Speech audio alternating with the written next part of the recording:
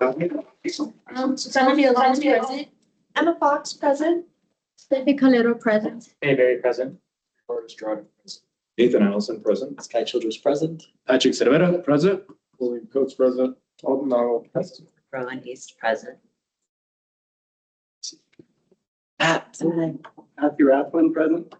And we do have someone on as well. Maria Garcia present. Okay. Moving forward, do I have a volunteer for the reading and mission statement? To support the evolving needs of the MSU Denver students, advocating in their best interests to enhance the university experience and opportunities. Thank you.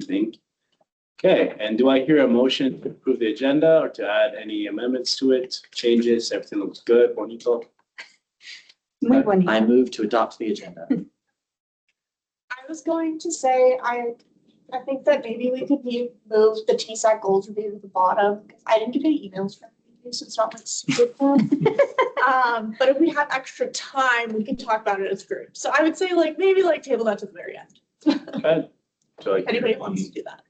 disagreements, maybe a second. I'll second that. All right. Then with the changing of old business, moving it behind new business, do I have a motion to approve the agenda? Well, actually, we had a motion for the new one. You have to vote on the amendment first. On her motion. That's what I put in. Emma's motion, yeah, just call it consent. Okay, is there any disagreements, any naysayers? Opposition? None? Okay, moving forward, any extensions? Okay, I'll motion to adopt the agenda. looks like that has gone. Do we have a motion to adopt the agenda? So moved. I'll second it. Seconded. Okay, is there any opposition for the adoption of the agenda as with the amendment? Okay, any abstentions? All in favor, say aye. Aye. Who's? Okay, now we have for public comments. So as usual, at UC, we have a couple individuals here for our public comments. Each individual who is here does have the liberty to speak for 5 minutes. After those 5 minutes, we'll have to continue and we'll open up for questions. So I do see we have someone online for public comment. Please introduce yourself and you have the floor. Are you talking to Timothy Christensen or? Yes. Sorry, I apologize. whoever Yeah, that's me. Anyway, thank you. Yes, one thing I sent out an email out to the board and to other advocacy groups. I have written statements because there's no possible way I can cover this all. I've been subject to a significant amount of abuse, retaliation, discrimination, and just flat out deception on behalf of upper level administrative parties that are in positions of trust. I have a very good level of documentation for this, responses to this, and this is unfortunately very systemic. Again, there's no possible way in the 5 minutes that I'll be able to tell the tale. So I would prefer to let my documentation. If anybody wants anything more, please let me know. And I'm also attempting to respect the fact that this also stems from a really bad discrimination complaint that I brought to the Office of Equal Opportunity. What the facts are is that when you bring a complaint to the Office of Equal Opportunity, if you are, let's say, a disabled person from the Access Center, you actually don't even have to be the one that brings it to them. You are in a position where you need to give medically sensitive information to the university in several of the instances that the OEO handles. But let's to get to the sort of the root of it. The administrative executive director of the OEO is the registered attorney for a group called Employment Matters LLC. I did not find this out. It was not disclosed to me. I did not find this out until after they had brought in what they were referring to as a neutral investigator from Employment Matters LLC. This follows massive amounts of disagreement that I have involving my discrimination and retaliation complaint, where the OEO has moved arbitrarily to protect higher level governing individuals from the investigative process, and therefore the investigative protections that I would be granted and protected under in those situations. So through that disagreement, I discovered that the individuals I had been speaking to not only were licensed attorneys, were actual face forward members of these institutions. Now, the other part that I just found out today that I will put my risk assessment on is that Employment Matters LLC is the registered agent of Flynn Investigations Incorporated. So let me try to zoom out here for just a moment. If you have been a victim of something, the Office of Equal Opportunity handles sexual assault cases, my friends. If you have been discriminated against, harassed, anything like that, where you go there and you need their assistance, your information and other person's information, just by striking the individual's ears, have left the campus structure. They have gone to a private and adversarial firm outside of our control and where we can see our information has gone. In my case, it was medically sensitive information, and I do not have a number because it is hidden from me of how many other individuals have been affected in that way. Now, there's all sorts of different ways you can game that out. I would say think about it from, thank you very much for starting the timer. I can see that now. I appreciate that. You game that all sorts of different ways. Let's say perhaps you wanted to protest all the, nothing to see here kind of stuff happening in the world right now. And, your rights were violated. And so just by trying to go through the paths that you have, your information and others' information involved are instantaneously granted to a company, and the company filtered above that company, all right there on paper, and the persons who are listening to you apply whatever filters that they see that they want. It's very arbitrary how they're going to apply that. Now, let's say you're perhaps in a vote similar to mine, a first generation Latin individual who has some other complaint. How do you feel about some private firm putting you on a list, knowing everything about you when you feel that you've been discriminated against, you need help, and your information is broadcast to who knows what, who knows how far, and to what light? Lastly, I would say that this is also a massive problem for faculty, because the way the policy and procedure is written, by the way, side note, they can sever those whenever they want, even though it says that they're meant to be done. They severed mine for arbitrary reasons, and not in every case. For higher ups, they'll sever the policy and the procedure. For lower downs, they won't. However, going back to the faculty and the staff, you do not need to be a participating member. So you will have a student that maybe something happened to, rumor or not, does not have to go to them. They may select what information goes into there and the severity of the lens that they put on it, and then the faculty has to answer for that. They are vulnerable to all sorts of different ways that this can be gamed out. Ladies and gentlemen, I have not been able to get onto campus for quite some time. I am not safe at the university. I paid for equal access. I'm a senior physics student. I've gone through the proper complaint channels. I've been patient. I am not safe on campus. So I ask everybody who's there, who thinks of advocacy, who thinks of what it means to be in a safe place to learn, that when these folks can completely manipulate every aspect of that system, and they are clearly more than influenced by very powerful, legally connected attorneys that you've never met in your life, and you don't even know it's happening. Are you even in a safe place? Are you welcome to participate in the complaint process? if retaliation is baked into the system and you don't even know when it starts, can you ever truly meaningfully participate in that? Now, I'd like to thank everybody very much for listening to me right now. I understand that this probably sounds like a lot, and there's a lot of room for hyperbole, and I assure you, please, please read any of the evidence that I have on it. I don't need to bake anything extra into this. As a matter of fact, if you were to read any of the evidence I have, you'll see that I actually hold back quite a bit. My time's getting low, so I don't want to be distracted by that clock. So thank you very much, and I yield the remainder of my time. Thank you. Fortunately, that one wasn't accurate, but it's okay. I'm glad you took the opportunity to come here and express, your frustrations and really a situation and really coming to us here for student government. That's really part of is to really be advocates for the students in their community. I want to open the floor, see if there are any counselors that wanted to reply for this. William and Matt. Hey, PJ, how you doing?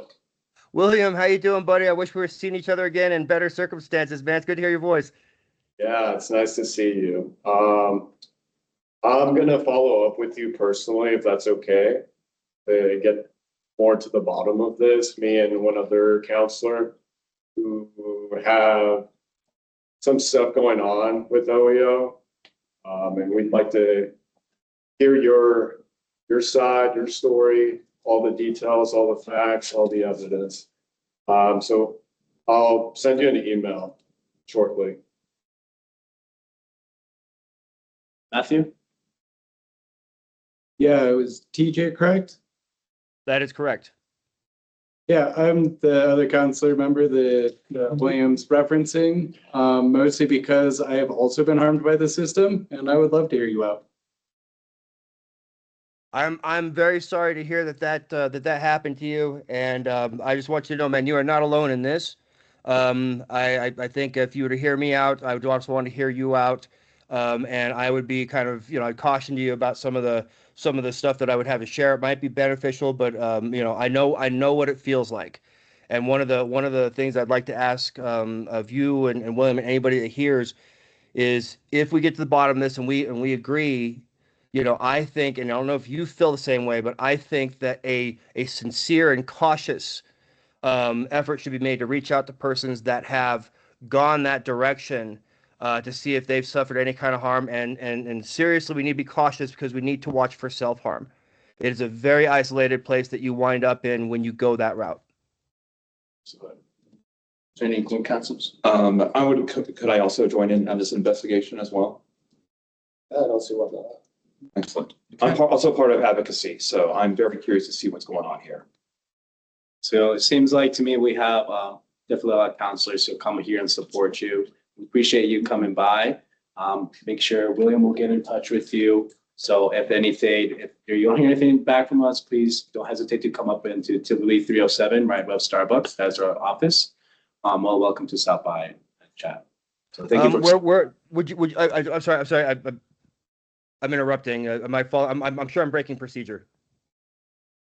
Yeah, you're good. For where? It's in Tivoli 307, so right above Starbucks.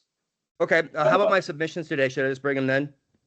Yeah. Honestly, yeah. With those counselors, I think they will work directly with you in regards of your situation and hearing you out. That's something important to us, especially those are part of our accountability members. So they'll definitely be your best help. Is their work of area. So. Thank you. Thank you. Thank Also, you. see, we have other individuals online. I want to make sure that you guys are here in public comment to give you guys your time. If so, please announce yourself or raise your hand so we can make a call upon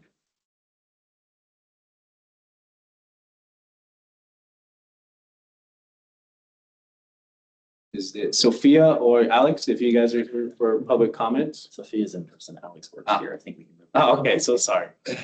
Okay. Yep, you're good. Moving forward with public comment as ended. Thank you so much. We'll move forward with announcements and updates, beginning with our staff members. Please take it away.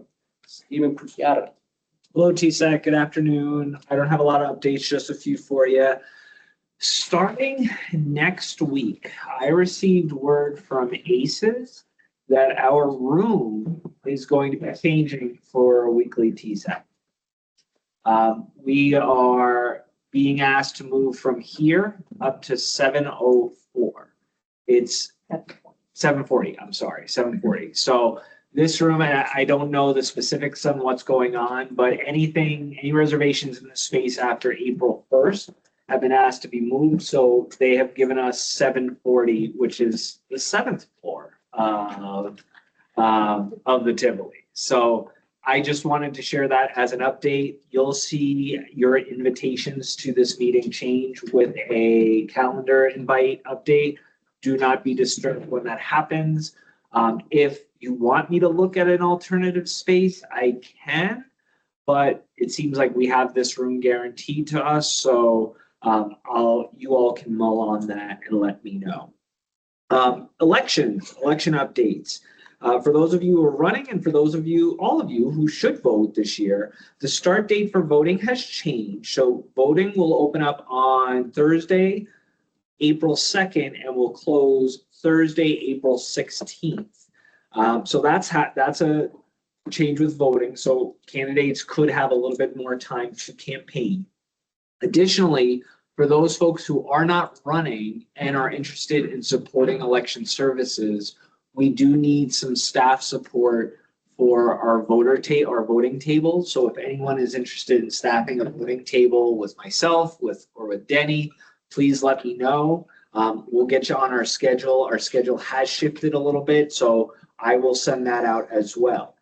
Members of PR committee, let me know how you all want to proceed with how you like to interact with RAD. You all may still be deliberating on that, and that's fine.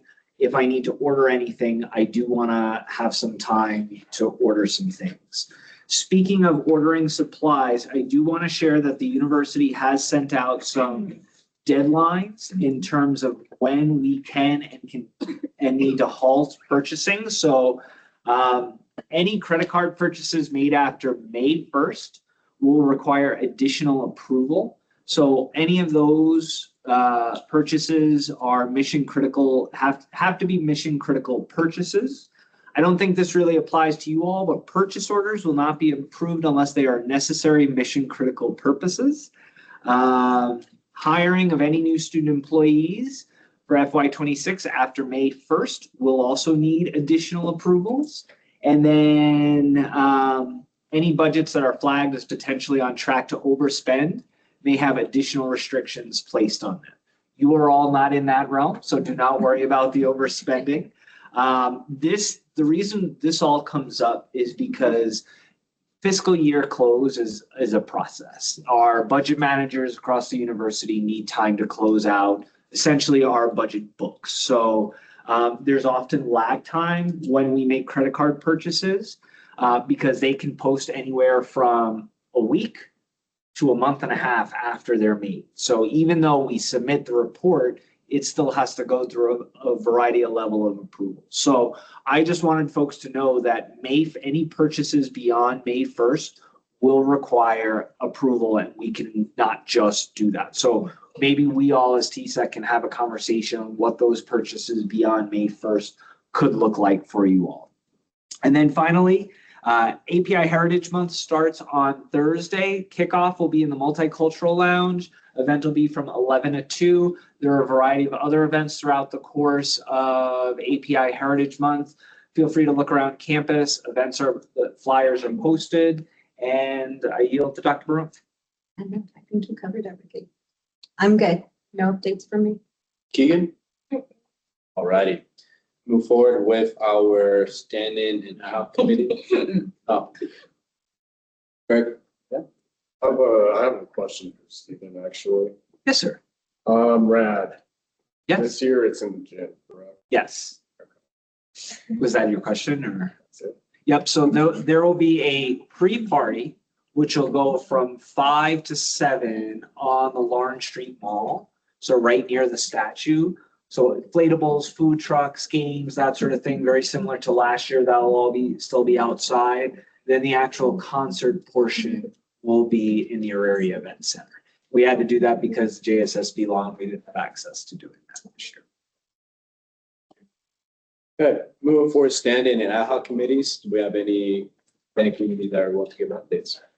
Ms. Paul? Pull up the spreadsheet. This is finally updated. It kind of took a lot of time. So the allocation for sustainability first initially was $8,000. Then the real allocation happened, which was $1,279.55. Then the funds used is 1,000. I mean, you can see, I don't have to say all of it. With the office budget, I would need the expenses and receipts for the printer and the copier usage because I don't have those receipts. So I think that budget specifically is dispatched. So that's all. Yeah. Okay, thank you for. See the pictures there. Scott? I wanna just note for the fund managers in the room that the numbers that are here may not necessarily reflect what you actually have left in your account to spend, and they're not like accurate to current to today. And so please make sure you're checking in with budget committee before making purchases and things. FYI. Any more updates for budget? Oh, and one of the students reached out to me specifically from Pi Sigma Epsilon. They thanked us for our funding. So yeah, that's all I have to say. Awesome. Okay. Do we have anything from sustainability or PR? Scott? Sal, yes, we do. Next Tuesday, so a week from tomorrow, from 11 to 2, there is a confirmer training with the Colorado Rapid Response Network that we are helping co-sponsor. It'll be in the Tivoli. Location is announced when you register, so if you want to come to it, please let me know or just scan one of the flyers around campus. And if you register for it, there will be free food. That's my update. Ms. Villanueva? Okay, for PR, we have Casa de Paz. It's coming up really soon. I would really love your support because not only that, Steffi worked really, really hard for this event. It's something that Steffi was wanting to like accomplish this year, and we did. And so please, I think we believe we have sent a winter meet, and there was a deadline, so I'll be reaching out personally if I don't see you on it. Be like, hey, are you ready or not? We want to get as much support as we can. And then we also talked about Auth collaboration. I don't have updates yet from Xenability. I'm hoping to get some updates by our upcoming meeting. Road Dog, I did reach out to the vendor about the logo. That's one thing that we discussed. So we were changing the logo. Hopefully it's a yes from them. And then for social media, we're all planning to post student org funding. So like how did like TSAC fund help them to like be where they're at or like etc. We did create like a template so we don't have to worry about it. So we'll be reaching out to student organization of how their trip went, how did it benefit them, and would they recommend TSAC funding for other students next. So hopefully that can help us for the next academic year. And that's pretty much it. We are working on 2 different amendments. One of them is the PR guidelines and grad stores. So yeah. Fair comment? Question? No. Yeah, two. Same question. Oh, question. Okay. We'll go bam, bam, bam. Yes. This is, I guess, technically a question for Stephen. That May 1st deadline is before the finals, correct? Yeah. Okay. Just wanted to double check. Steffi? Anything to add? Yeah, I just wanted to add on Susanna's like update. So for Road Runner After Dark, we have met with Stephen to see like our involvement in it, and I did send a message about asking people to sign up to fill out their availability for that event, and only 5 people have signed up so far, and the deadline was the Friday before spring break. So it has been more than a week. So if you are able to do it as soon as possible before the end of the day, that would help us out a lot. Because we do plan to, like I sent a message, have plushies like what Sammy I did last year. We are planning on taking over and doing that, and cotton candy. So we would really appreciate it if people are able to sign up and let us know if they're available or not to help out, because we'll need a lot of hands for that event. And yeah, that's it. Steven? Two things for the PR committee. Thing one, I think everything for Casa de Paz has been ordered and purchased and put in that one storage room area. I may have mixed up some supplies with elections in there, so do not take anything out of that space yet. I need to go in there with Denny and try to figure out what I messed up on. So all the supplies are there. Nothing didn't get ordered. It's just what did I mix in with Casa de Paz? So that's that. Second thing, when is your next meeting? Is this week? Will you have one next week? Yeah, we have weekly meeting every week, so Okay. we're always meeting no matter what. If possible, can I come chat with you all at that meeting? Okay. All right. Matthew? So I have some updates from SACAP. For one, I ended up having to withdraw from my class, so I'm actually not eligible for SACAP anymore. I did get back in with their sustainability subcommittee, and we are looking for, and I'll bring updates next time on what we want to do with Earth Week through SACAP and how TSAC can be a part of that. But I don't have like current updates, because it's been like a week or two now. Right. Thank you, Matt. Scott? You just reminded me of something I should have said for Sustainability Committee. Earth Week is coming up, and we will have a resolution at the next TSAC meeting to allocate the funding that sustainability has for Earth Week and to plan something, or working in coordination with PR on that. So we'll have updates next week. Bye. All righty, is there any ad hoc committees with any updates? I'll move forward for any advisory committees as well.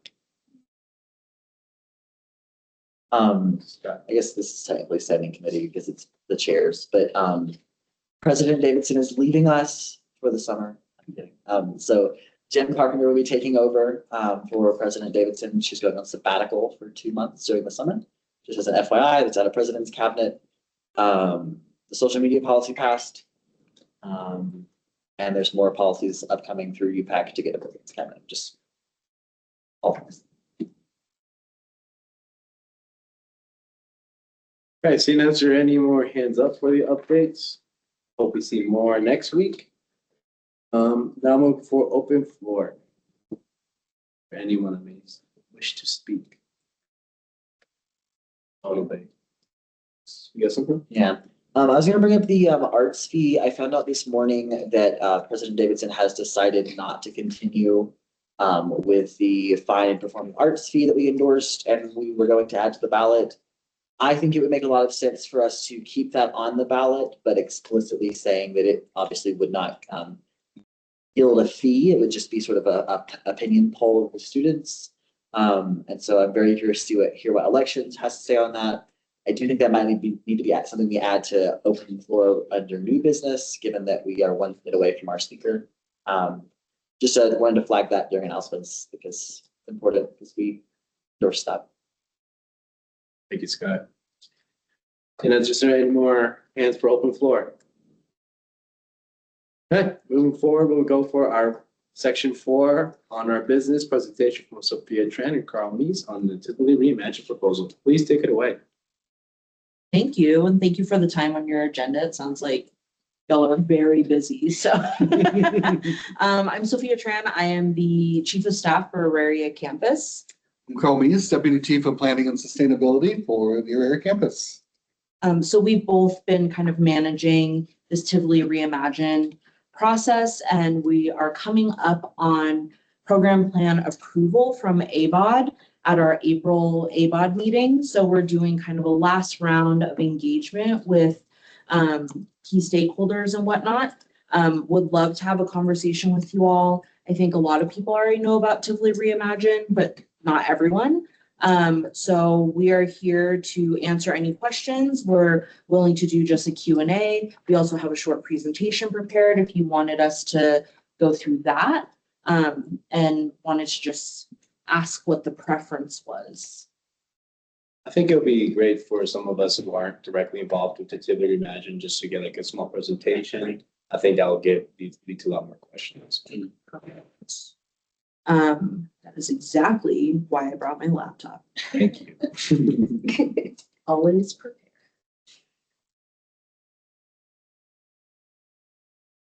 All right. We want to try to do the fast forward version so we have more time. Yeah. Yeah. I think so.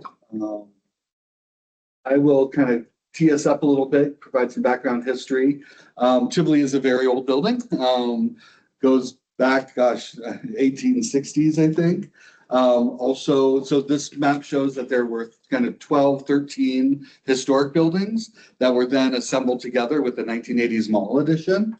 It's been almost 40 years since our last major renovation, and that includes a lot of the infrastructure. So a lot of the HVAC and different electrical systems and things like that is nearing its end of life. Typically in the past, we have utilized the student fee to make those repairs. Basically 30 years ago, a new bond was taken out, the repairs were made, and then we've been paying that bond back over time since then. We're at the point now where we're able to create a new bond to then again address these deferred maintenance needs. However, we're trying to leverage that with a state funding process to actually get more this time around than we have in the past. So really focusing on deferred maintenance needs, but also what kind of programmatic improvements can we make to the building by leveraging these different funding opportunities. Perfect. So we are putting together a facility program plan. This is a required document when we do seek state funding. So in order to even ask the state for funding, they require this document to be approved by our board. And it really is a high level outline of a potential future project. What I mean by that is we are kind of setting the stage of concepts and key ideas, themes, and kind of big ideas that we can then price out to put together a pro forma for seeking those state funds. One of the great things about this is, again, it's a very early part of the process. So over the next few years, as we're seeking those state funds, we can refine this vision. And then once we get state funds, we will then enter into a design phase. And that's when we start to really put pen to paper, draw actual plans, showing where things might move, showing how the building will be remodeled, showing all of the different infrastructure improvements. But that's the time where we really need to make those final decisions. Everything we kind of put in this program plan, again, conceptual, but kind of gets us to that next step, but it's all very flexible in the next few phases. So as we've been working through this, we really are looking at the Tivoli as the student's living room, central place of belonging, access, and shared identity. Some key themes, the overall concept of this program plan is to prioritize student use and access to the building. So really looking at ways that we can not only expand, but improve the student spaces. Looking to, in terms of seating, study areas, but also programmatic needs and even the commercial functions that are in the building. What is the right size food, retail, and event spaces for you all? And again, focusing on the high impact projects that will keep the student costs affordable and then very intentionally not to increase that student fee that exists today. Some key drivers, really looking to put that money where the students will feel the most impact. Creating those visible experiential improvements, simplifying circulation and wayfinding. This building is a maze and it's very difficult to navigate. Increasing daylight and campus connection. There's a lot of this building that was built in that 1980s mall style with no windows on the exterior. So we really want to kind of change that physical design to improve that aspect of it. Co-locating services to improve efficiency. I think MSU Denver has 13 different locations in this building today, spread across 6 different floors. We would love it, and I think it's a goal of ours and hopefully yours as well, to co-locate those programs into a single area. So really all of MSU Denver can kind of co-locate and build off of each other's kind of the offerings they have. And then, of course, preserving and celebrating the historic character of the building. One thing we've heard loud and clear is keep Tivoli weird. People love that it's a funky building, that it's got different areas. And, some people like studying out in the open. Some people like more kind of tucked away spaces. So don't make it too modern and kind of keep some of the funk in the building. What this image shows really is the two phases that are currently being proposed in the program plan. So the red and pink is phase one. That is the $85 million project that we're going to go into a little bit more of the funding and the specific dollar amounts. But that really represents all of the high impact students projects that we are putting forward. The blue areas really are areas that are kind of up on the upper floors or have been recently remodeled, like the Tivoli Annex. That's why those are in a second phase and out of scope. Again, we want this first phase project that we're going to ask for state funding for and to utilize the student fees for to focus on all of the student focused spaces. So everything you see in red is kind of included in that. I'll pause right here see if there are any questions for Carl. Yes. And Oops, sorry. Yeah. Yeah, I just had a question of like what I've heard in a couple different meetings that I've been in, that like state funding is a little bit of a question right now for just like higher ed in general. So I'm just curious what the thought of the process and the proposal is, if that state funding is a thing that cannot be secured. Great question. State funding, it's a process, and we are actually competing against all the other higher eds and even state agencies in the state for a limited amount of capital construction dollars. I will say that this next year's budget is not looking the greatest for funding a ton of projects, but also in the past, I've been here about 18 years and I've seen different scenarios where you think there's not money at the state, but one project gets through and maybe that'll be us. But also what this will do too, if we don't secure funding this year, it sets us up for future years by getting us kind of in the queue, maybe during a tough year. But then once funding becomes available, maybe next year, we'll be ready to go and kind of already in line for future funding. We've been very successful in the past. We've raised over $100 million for campus-wide infrastructure needs. We converted from steam to natural gas. We've repaired a lot of windows and roofs in the shared buildings through that $100 million. We've also been successful in getting kind of funding for a library renovation in the past. The science building was funded through the state. So we've had very many examples of where even in low times or tough times, we've still been successful getting that funding. But it's a great question. And it is an uncertainty.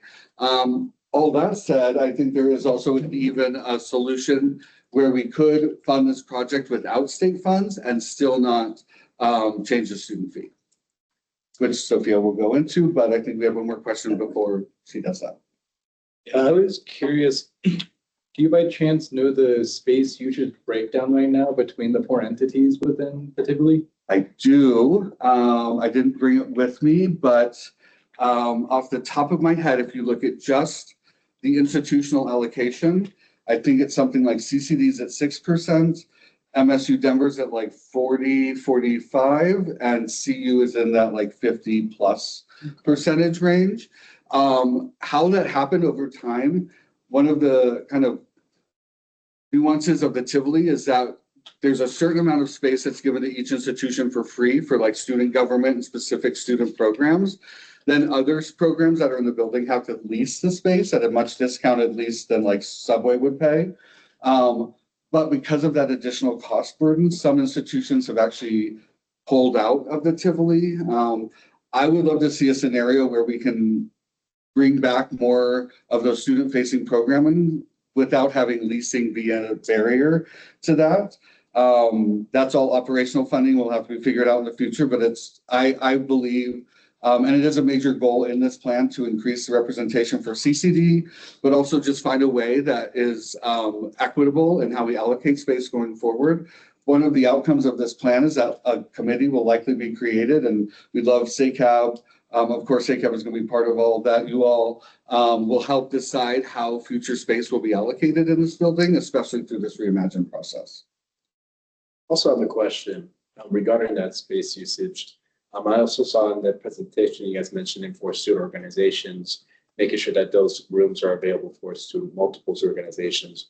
Is that just gonna be one space, multiple spaces, big, small, kind of hidden, or is there any plan regarding that as far as that? Yeah, so right now on the first floor, we're imagining the first floor to be themed, where students will interact with students.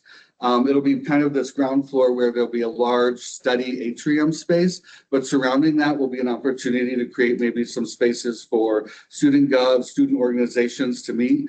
I know that currently we've been hearing that student orgs have to meet in classrooms in buildings off away from the Tivoli. I would love to see all of those come back to the Tivoli and have a space in here dedicated for them to meet in here so that that activity is brought back to the Tivoli. And then you're co-located with other organizations. There's some synergies there. I know it's very difficult now to kind of reserve those spaces or to just kind of manage that process. And so it is currently in the program plan that we want to create more spaces. We haven't given exact square footage to that. But I think clearly that's a strong need and is something that we're very intentionally including in the plan for future space use. Likewise, I know a lot of individuals like, I hear the leasing may go, is it gonna be going up? Is it still gonna be something affordable for local companies here in Denver and Metro? Like I know something here I always like to go to is Romolino's. You know, not exactly, I don't want to go to Chick-fil-A or McDonald's, that's like every other block. Right. You know, something that really stands true to him is it's like something that is local, something that's, you know, sometimes family owned, or whether it's umbrella alumni. Is that something that's taken in consideration as well? Yeah. Go ahead. So Alyssa Inoue, who is also our ex officio for SACAP, so some of y'all know her. She is our Deputy Chief Activation Officer and oversees a lot of the food programming on campus. What she has actually found in her work and some surveying is that those mom and pop local shops actually do better on campus than the big chains because they have like stricter regulations and staffing patterns and all that kind of stuff. And the mom and pop shops, the more local places have much more flexibility kind of in that. The food truck programming that folks have seen on campus, that has been kind of a really innovative way of getting people to start off in a food truck, then they get their first brick and mortar on campus. So Ichigo Matcha that's in North Classroom started out as a food truck and then got their first spot here. And then now they're actually going to go to other campuses around the Denver metro area and open up their spot. So, and then there's another one that's opening up in CCD, Confluence or somewhere around there that is also an alumni of the campus as well. So that is something that we are keeping in mind as we're populating the F&B within this building and on the campus writ large. Yeah. Thank you. Yeah. Is there any more questions? Macy? Is the timeline for construction set to change at all if funding can't be secured? And if so, what are time estimates looking like compared to what you guys are planning for versus what we might actually see happen if funds don't go the way we want them to? Yeah, great question. In ideal situation, if we do get funds, we would submit the request in May of this year. It takes a full year at the state to vet that process and allocate those funds. So if we are lucky and get it in the first year, we would know in May of 2027.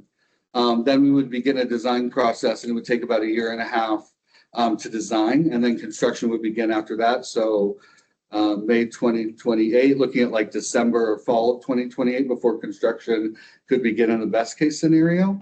And then it would take a couple years to build out. I think every year, it's a good, I haven't quite figured it out. If I would imagine a scenario where we would definitely go back and ask for state funding for a couple years in a row. However, we also want to get started on some of these critical needs projects. So maybe the project would change in a little bit so that we could start tackling maybe the infrastructure needs right away while we still seek state funding. It may not even change that construction timeline because we're moving on other elements quicker while we're still waiting through that state process. So I think the timeline kind of remains the same. We just have different approaches to how we would seek that funding. I'll also just say in the most ideal scenario, ribbon cutting, brand new place, 2030. Like at the earliest. Yeah. So this is like long-term project. Question for you? Yeah, just kind of a question based on that, like schedule, I suppose, that y'all were just laying out. What is the impact on students during that construction process? Yeah. Very intentionally, we will be designing this. Even phase one will have multiple phases because we have to keep the building occupied and functioning while the construction takes place. We've already started to imagine how this could take place in certain ways. And for instance, we could build out a new catering kitchen as one of the first steps that could actually act as a communal kitchen for all of the vendors in the Tivoli. So they could stay operational while we start working on maybe that first floor food court area. There is also a lot of swing space in this building that is currently being used for storage that we can leverage to put different programs in temporarily while we renovate other areas. So there'll be a lot of dominoes and there will be an impact, but the intent is that we would keep most programming going, most vending operations going throughout the entire construction project. I don't think we have any more questions as far now. Great, we just have a few more slides. Yeah, so mainly just want to hit on this funding model since I know that that's top of mind for everyone. So the right bar graph shows the total project cost. This is just for phase one, which is about $85 million. When we had the engineers, create this rough order of magnitude, which is apparently a term that they use in construction, we were really careful. We wanted to make sure we were as close as humanly possible within this rough order of magnitude stage, right? So our COO, Liz Mendez, worked really hard with them to make sure that every dollar was accounted for and we were being very careful. Total construction costs come in around 59 million, FF&E, which is the finishes and furniture, etc. Other costs is about 13, and then our soft costs, meaning design costs and like consulting and all that kind of stuff, is around 12 mil. So if you look at the bar chart that's on the left, that is our capital stack or how we plan on paying for the capital project building. So there's that 27 million, that's our state capital construction request. And these are all kind of like plus or minus 5 million, right? The existing student bond fee, existing student fee that's tied to bond capacity gives us $30 million in bond capacity. So we account for that there. We've done some refinancing, kind of like think about a mortgage that you can refinance to a different rate or consolidate. We've refinanced some of our parking loans on some of the garages, so that's freed up some capacity to utilize. So that's about 15 million. Since Tivoli is a historic building, we can apply for state and federal historic tax credits, which accounts for about 8 million. And then we have a low estimate of about $5 million in philanthropy and potential naming options, but realistically, that number could probably be closer to 10 million. So that helps fill in any gaps that may appear. Something that I'm really excited about and that I really want to emphasize is the student fee and the existing student fee. So right now, every in-person or hybrid student pays about $92 per semester for the Tivoli student fee. Typically what we do that Carl had talked about is we take out a bond using those fees as kind of like the backing for that mortgage, shall we say, or loan. And that usually funds critical infrastructure, things that we don't really see. Certainly we feel it, HVAC, roofs, windows, etc., all the like boring stuff, right? And we'll pay that back, right? And the way that it times out is that these loans are typically around 20 years, which is also typically the useful lifetime of systems like HVACs, et cetera. And so we're at one of those points right now where it timed out with the bond as well that we need to replace a lot of these things, right? So that's what kind of started all this. But so money from the fees usually goes to funding that debt service, and then a little under $1 million a year towards Tivoli operations. Tivoli is not a moneymaker. And so some of the student fees have to go towards the operations of day-to-day for the Tivoli. What's really exciting about Tivoli Reimagined and how we're leveraging our money differently and also throwing in a little bit of AHEX debt capacity as well, is that for no increase in the student fee, that is one of our biggest goals and things that we want to stick to is no student fee increases. We're not only addressing all of that critical infrastructure, but again, we're leveraging that dollar so that we can also get the reimagining of the Tivoli, updating the building, making sure it meets the needs of our students in 2026. The last major renovation was in the 90s. And, we have so many hybrid students now. It's very different. This campus is going to have residents now. So the Tivoli needs to function differently. It needs to meet our students where they are. So I find that really exciting that our CFO has worked really hard to get us in a position where we can do that with no price increase to our students. This is that operating pro forma. Again, just want to point out that of the total about $3.5 million that we collect in student fees per year, 850 of that has to be used to backfill our day-to-day operations. I'll pause after the money conversation and see if anyone has any questions. Can you go to the next slide? Nathan, yes. So I saw your previous presentation a month ago. I just want to follow up. Do you, because I actually forgot to ask this. How many floors is it typically going to be with this construction? It'll be the same, like the shell of the building. I shouldn't say that. It'll be the same number of floors. So like the outside is going to be majority the same way structured. The outside won't change. That's Okay. not okay. Well- So the historical, the quad side, not going to touch it because that's historical. We can't.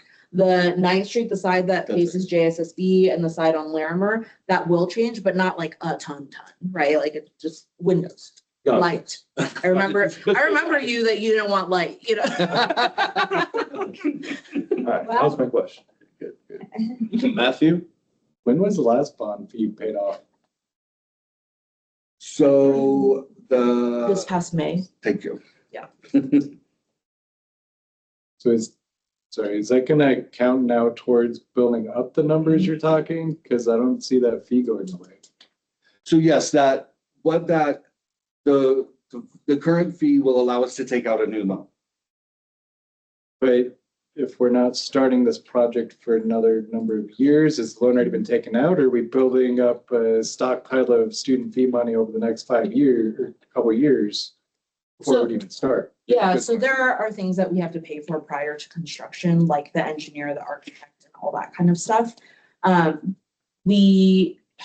Typically we would have taken out a new bond like immediately before the last kind of was paid off. But I think because of the timing of Reimagined and how that all worked out, we had to kind of pause. And so my understanding is that the student bond fees are being put into a reserve account that would potentially be utilized for this project as well.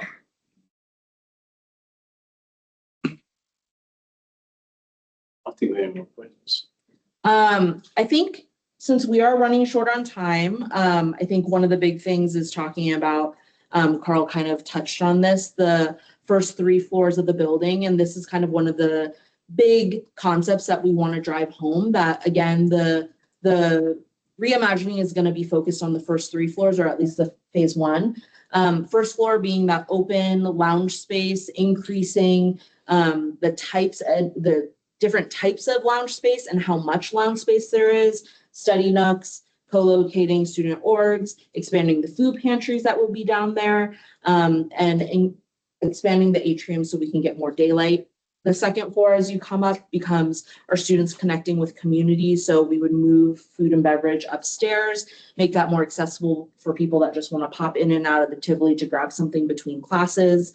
Putting more all gender restroom options in the building throughout. And then third floor would be students connecting with their institution. So one of the things is that, like Carl mentioned, MSU is kind of spread across all 6 floors, 13 different offices. So it's not really efficient space usage. So what the architects found was that MSU doesn't really need more square footage. So, but if we were to co-locate everyone in a singular space on the third floor. We get one kitchenette, one big conference room, et cetera. So there's so many space efficiencies. It feels like y'all would be getting more space in that move, right? So that's kind of one of the things that I think has been neat, that we've been able to free up square footage by doing that. And then big splash is, this is if we were to take off the wall on 9th Street, again, the one that faces JSSB, do a cross section, we would be opening up that atrium. So this area right here on the right is largely where like Rowdy's Basically, Corner right out is. here, yeah. So that gets expanded all the way out. You can see that there are study nooks in the back here. There's like this glass conference room that could be reservable, lots of different seating types and everything. And this is just a conceptual rendering. So TBD. I'll let you take this one. And then on the exterior, this is currently the 9th Street facade. So you can see in the upper left corner how there are no windows. The entrance is kind of tucked back. It's up a flight of stairs. There's actually no accessible way to enter that entry to date. And so this kind of creates a new expanded area on the upper floors that provides this bump out, this visual landmark. So when you're coming up to the building, you know exactly where that entrance is.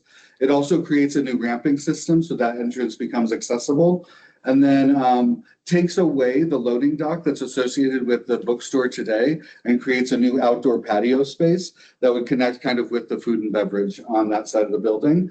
And then taking that same theme over to the Larimer Street facade, creating another bump out at this entrance. So then you've got this kind of language that is repeated on both sides of the building. As you approach, you really clearly know that this is the entrance. And then again, redoing Larimer Street to make it a little more inviting, nice landscape spaces. It's more shade. It's a lot of concrete today. There's some tables, but it really is a harsh environment, really softening that environment and making it more user-friendly. And again, adding those windows to this facade to bring that daylight into the building on those two facades.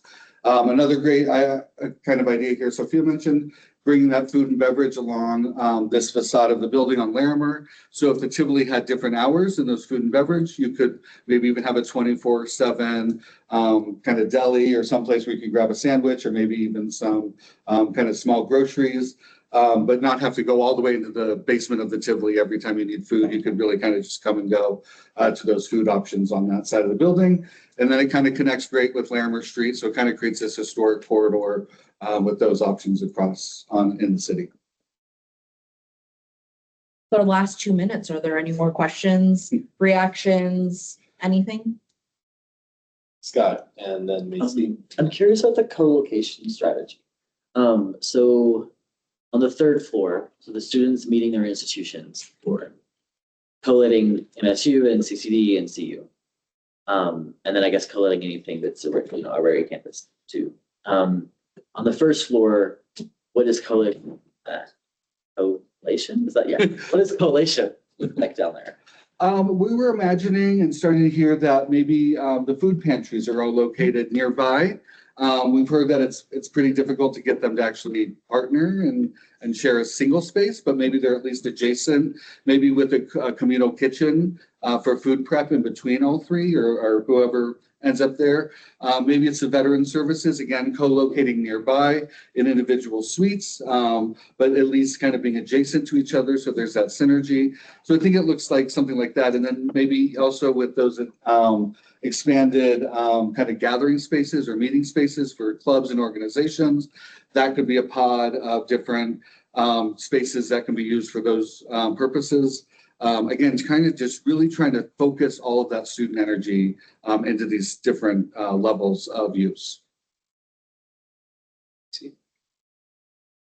My question was, has there been any talk around creating alternative spaces with the project being this long? And I also want to preface this by saying that my main concern is the PR committee and a lot of the other committees as well host most of our events within this building to do student outreach. And considering we have had a larger number of students enrolling in the school, I only assume that that's going to go up. And our main mission here is to really make sure that we can keep up with that enrollment and do outreach to the students. So I just would like to know, considering that we are going to be getting charged the $95 throughout this entire construction time, are any of those fees going to be allocated to create alternative spaces for things like events and student engagement and just a third space in general for students to hang out in? Definitely the third space. That's kind of one of the key drivers of this project. The dedicated space for student orgs, I think is a newer idea that we haven't had in the past. And that's really because we're kind of competing with events for that student org space. And I would love to see a scenario where those are no longer competing, so that there's that dedicated space for the student needs, and then there's a dedicated space for the events needs. And the conflicts kind of help be alleviated by that space dedication. She's talking about during construction. During construction. We haven't really talked Yeah. about that, but like, so internally, our team just started talking about like, what does this ideal timeline look like? What do we need to do? What should we be allocating for like engagement and this kind of reorg, right? So Yeah. Carl was talking about how it's like a domino effect, right? So it's pretty complicated. It's like a full-time job to plan out the construction itself. So made a note of it because I think that's a great thought. Like, where are students going to be gathering? I think my eyes have just been on like, get the program plan approved. But this is great information. Knowing that there are going to be other buildings coming online, like Summit House, potentially has some event space. I know the event center is also going under remodel and stuff like that. But what other spaces can we leverage on campus to utilize for student groups and stuff like that? Really great point. Thank you. And specifically indoor too, just because I'm thinking of colder seasons. For Absolutely, sure. yeah. Yeah, no, I appreciate that. And Bree. Emma and then Faye.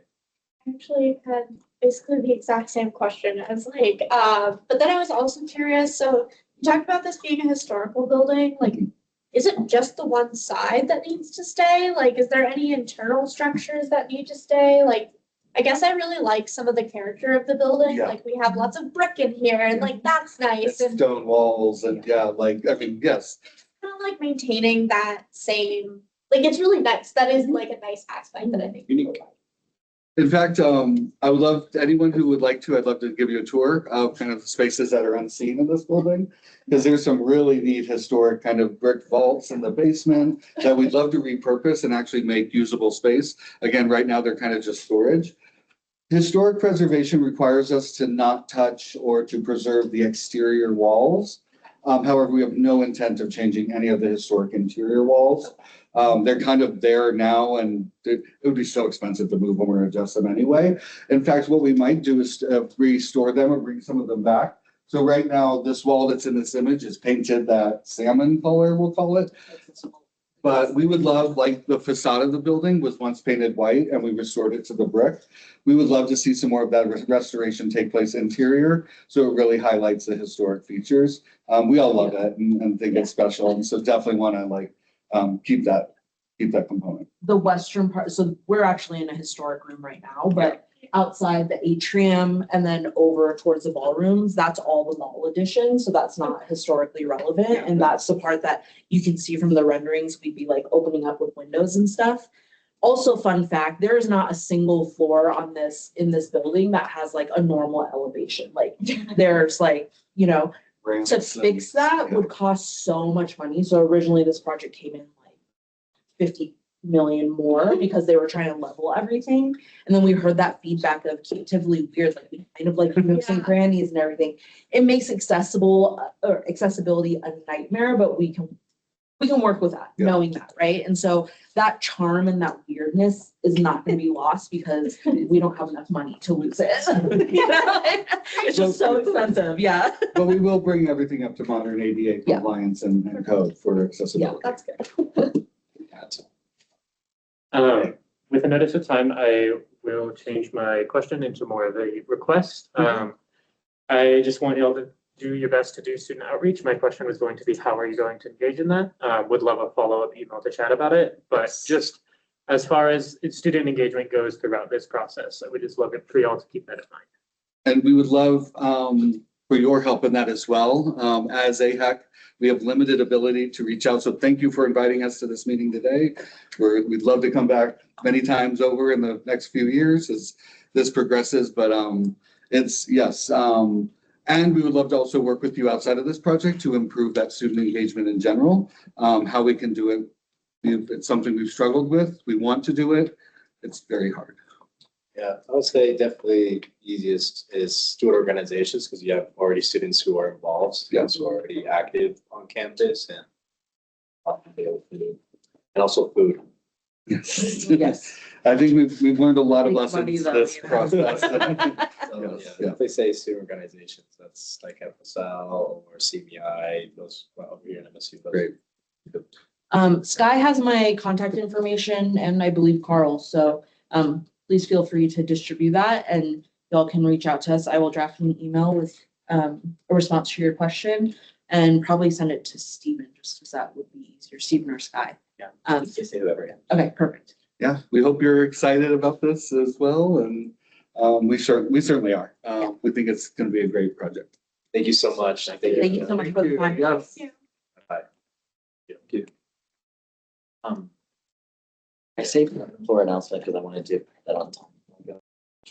Open floor, getting way after C. Is just follow up with actually Stephen's staff. Yeah, okay. Stephen, you said we're moving to 7:40 next week. I talked to Kevin in event services about this.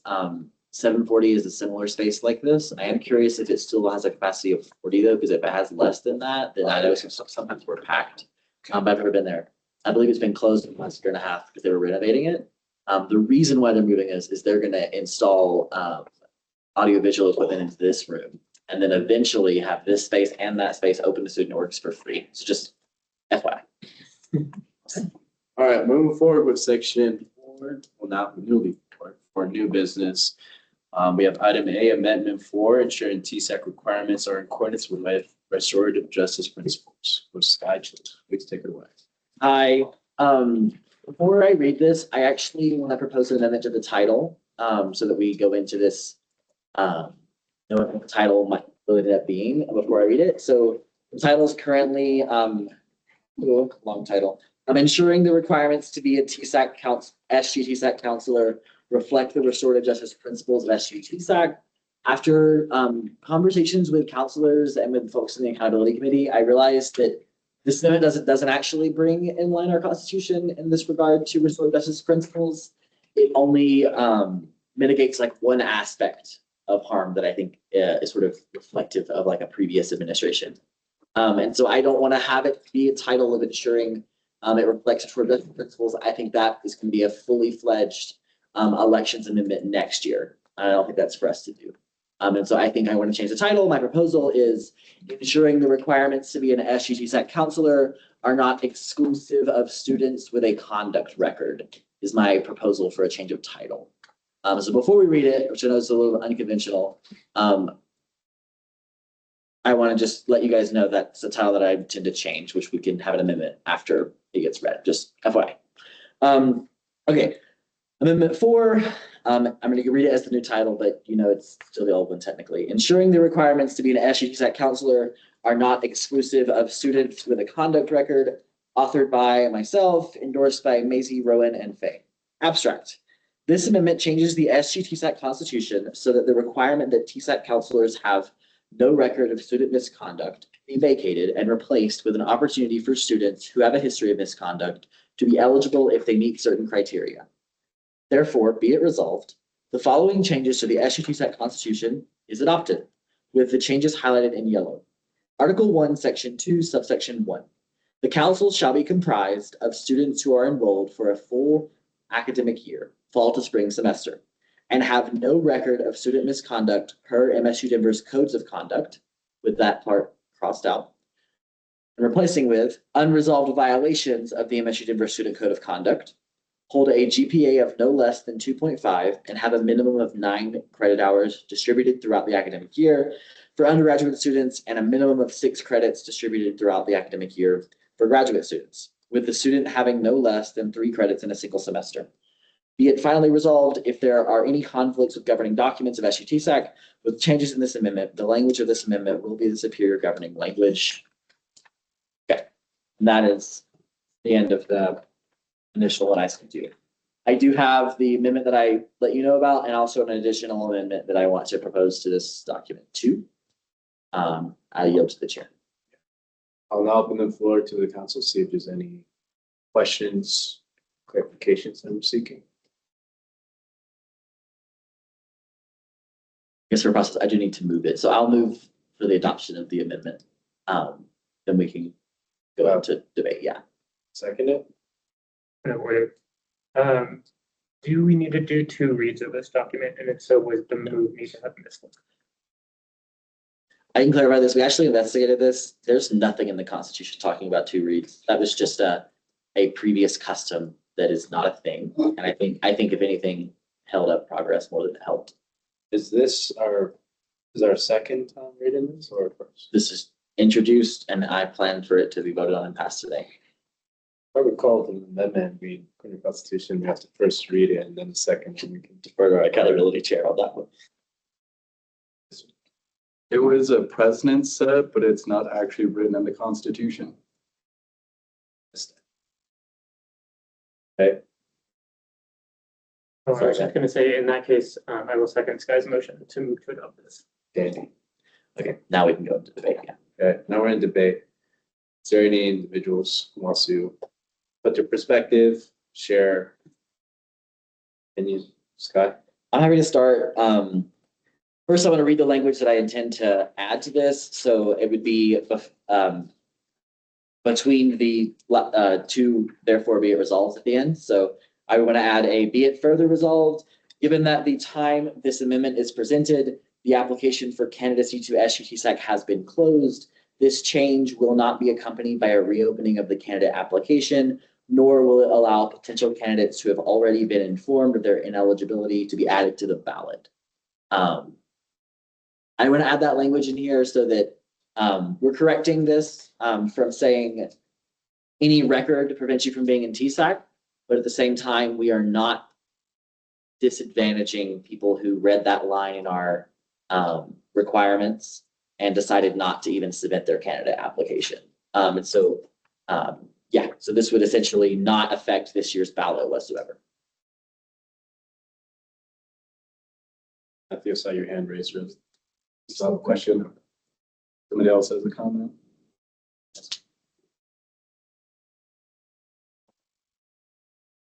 I'm slowly getting this out. I would like to maybe ask our advisors for advice, if you can share.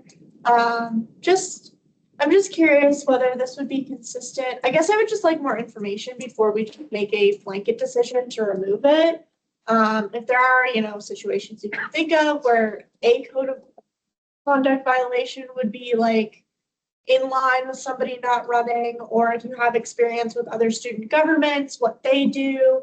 I guess I'd just like more information on like what's consistent across student governments or what is consistent for other things in the university. Because if I just think that would help inform my decision. If you have anything. I can, I'll start. I've advised 3 different student governments, all with different types of structure. So your structure your structure is a flat structure. I've advised your typical student government hierarchical structure, president, vice president, so on and so forth. I've also advised student governments with the title associated students. Typically those structures, every single member of the student body is a member of student government. Yeah, in all of those models, there was always a conduct line in terms of students being able to participate in student government, not just with elections, but student government, and related to student conduct. I don't know why this was put in, because this was before my time, but I can share that what I have seen is typically they have delineated, and this is just experience, what types of conduct that make someone permissible to make someone not be able to run. For example, higher level student code of conduct violations. And I've shared this with some folks in different capacities. I've seen harassment, discrimination, assault. I've seen alcohol violation, numerous alcohol violations. I've also seen it where it's consistent, repetitive student conduct violations. I've seen it where they could have no student violation. So I've seen a variety of gamuts. I think it really depends. This is your document. I think it depends what you all think is best. As you all reflect, the things I would consider thinking about are, what does your role typically require you all to do? And how do you feel if you were electing someone with, and you wouldn't know if they had those code of conduct violations because we don't share that. But I think it's something worth considering. I don't know if you have anything to add to that. Yeah, I think the specificity, like Stephen was talking about, is important in terms of, not wanting to be exclusive or so black and white that there are shades of gray, because in terms of wanting to make sure that this is a learning space and an experiential learning, I think that's important, and have seen that there's language that can be very specific, that can outline that, to be more inclusive and make sure that there is opportunity to learn and grow. But I think the severity or the types of conduct are really what need to be defined and outlined in terms of thinking about what the representatives within the council, who they're working with, what they're doing, right? And how they're engaging with the community and the constituents too. But you all will never know that. We would know that, but that's why outlining it explicitly, I think, is important. Thank you, Dr. Brown. Thank you, Stephen. Sky and then Nathan and then myself. I also want to answer the question a little bit too, because I did a lot of research on this question ever since I found this line in the Constitution like 14 months ago, and thought it was sort of appalling. And so CCD has a line in theirs that if you've been found in violation of the student code of conduct, that your candidacy is in question, and the dean of Spark, which is their dean of students, gets to say yes or no whether or not you get to run, based on like their perception. CU doesn't specifically have like a carve out about conduct explicitly. I believe they're in their constitution. I believe that's handled entirely in their elections commission, which is their advisors and students. And so it's sort of different than us, where we have a blanket statement of you're ineligible. And so I think it's not in the spirit of restorative justice, which is why I originally named the amendment restorative justice principles at the end. But I don't think that as amended, it would necessarily be that. So I do think the problem though is just saying someone having a record is a very carceral statement, and a very carceral requirement of if you have a record, you're screwed. I think that if a student were to be suspended and then come back to MSU after being suspended, I see no issue with them running for student government. I think if you are elected by students, I don't see an issue with it. I think the only time issues come in is if there are interpersonal issues between people. Like, let's say you had harassed someone while on student government the previous year. I think that's certainly a big question that can come into play. I think there could be other ones too. I also don't think that the student code of conduct process is a really good method of adjudicating interpersonal issues. And that's the only way someone gets a violation, is if it goes through there. And so I don't necessarily think that's the best way for us to decide who could be in our council. I think it should be more of a case-by-case basis. And I think that if someone has resolved their violation with the code of conduct, I don't see any reason why we should have a line that bars them. Thank you. I truly believe that in our position, we are representing, we want to be the most respected part of the college. People want to hear our opinions. If we have people who did a history of doing something wrong, in my opinion, we have tons of other students who have the opportunity to get our positions. I'm thinking that, if someone brings alcohol to school, or was smoking, actually handing out cigarettes, we don't want that person to be a representative of our body. I think, and like I said, it sucks when people make bad decisions, which will exclude them from future opportunity. However, it's one of those things of, you just don't do it. And there's tons and tons of students here that would love this position that, that cannot, if you have someone that is accused of sexual harassment, we definitely don't want on other things. But it's one of those things where I think image and respect is the top priority when it comes to our positions. At least that's how I feel. Thank you, Nate. For me, I think I agree with you. That's something I want to incline as well. When you come into a position of authority and leadership, you are a representative of MSU. That is something that we also say that we can't speak for, but we are a representative when we get enter spaces, announcing that we're counselors. Alongside it comes a responsibility to be a role model and example to other individuals. I like how Stephen was mentioned in other universities that it wasn't necessarily excluding minor code of conduct, but there were certain higher cases where those individuals would have to. Likewise, I don't agree that our president got voted in with a felony. I don't agree with that. And I don't think that's something that I would like to appreciate here at MSU. If someone has any conduct with sexual misconduct or is any harassment or any prejudice of those kinds, this is a space where unfortunately, there are consequences when you come into certain actions, especially of those high degree, where those should be. I don't necessarily believe with that.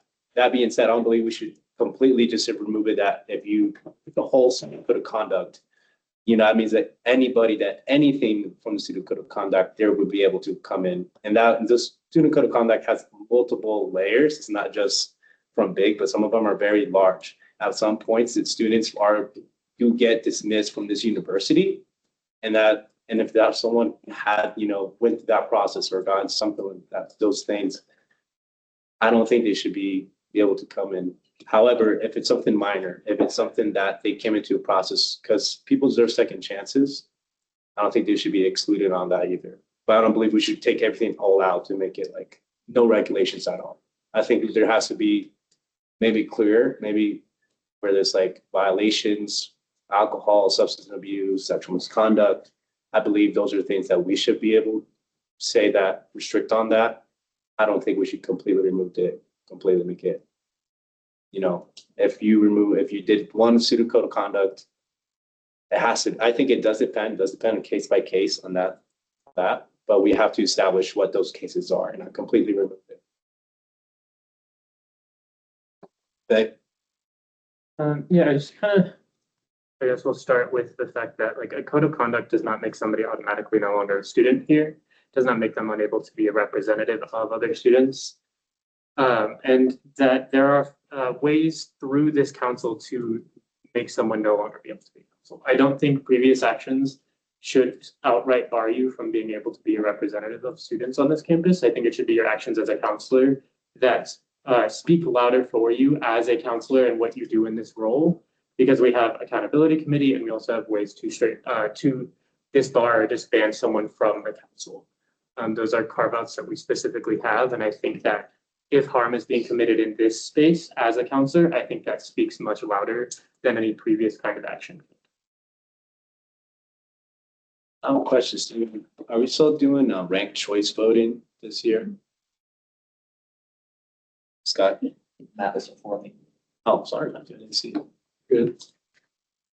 Yeah, my opinion on this is I don't agree with the language of no record of student misconduct. I don't agree with what's in the Constitution currently. But trading one black and white statement for another doesn't also feel that great to me. From going nobody can to now everybody can is just the opposite side of the same coin, it feels like. Scott?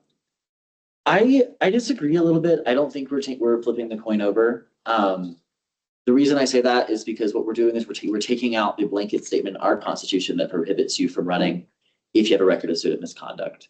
The elections code still allows MSU Denver to run background checks on individuals that want to run, and you have to meet background checks to be on the council. And so, like every single one of us that has run in the past or is running this year, you signed a piece of paper in your elections packet that said they can run your background check.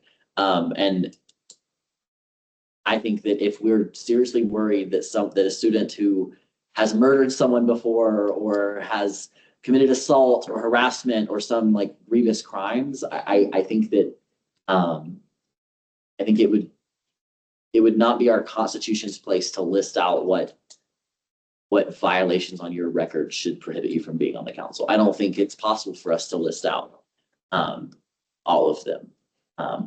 I was just part of the Student Code of Conduct Review Committee, and tons of violations listed out. And so I don't think it makes sense for us to try to list out those and specify explicitly in our constitution exactly what would bar you in that case. I think it makes a lot more sense for it to be on a case-by-case basis. I think it makes a lot of sense if you have already resolved your violations, you are a student here, that you should be able to be on the council. I mean, I agree, but with the proposal here, there's only a strike and there's no adding. And I have direct response to that. And so with the striking of that, like there isn't like where the case by case, there's only says that you have like no unresolved violations of the MSU Denver Student Code of Conduct or GPA. There isn't nothing necessarily avoiding that. Likewise, I believe it's okay that if a student comes, I'll say, I mean, I've been in high school and I know people come in intoxicated to the classroom, and that's something they didn't get arrested for. And that's something that the place, like the school, was able to handle outside separately, not pressing charge an individual. So even if the individual doesn't have to be like grievous crimes, but there's certain places here that we still have to follow. And I think if we were to add an amendment to this or remove something, it'll have to come with more specifics.